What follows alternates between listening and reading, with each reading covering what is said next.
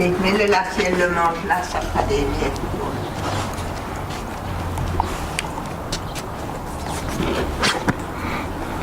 Lâche, lâche.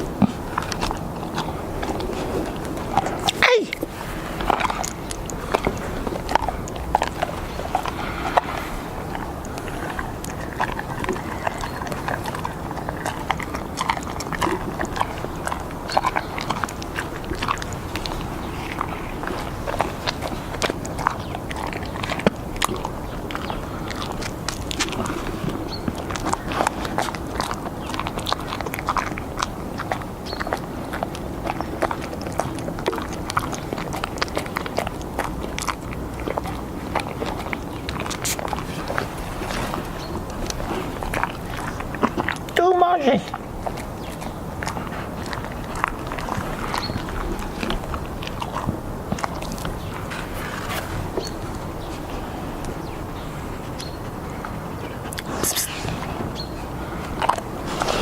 Non, ça y est. C'était bon? Oui.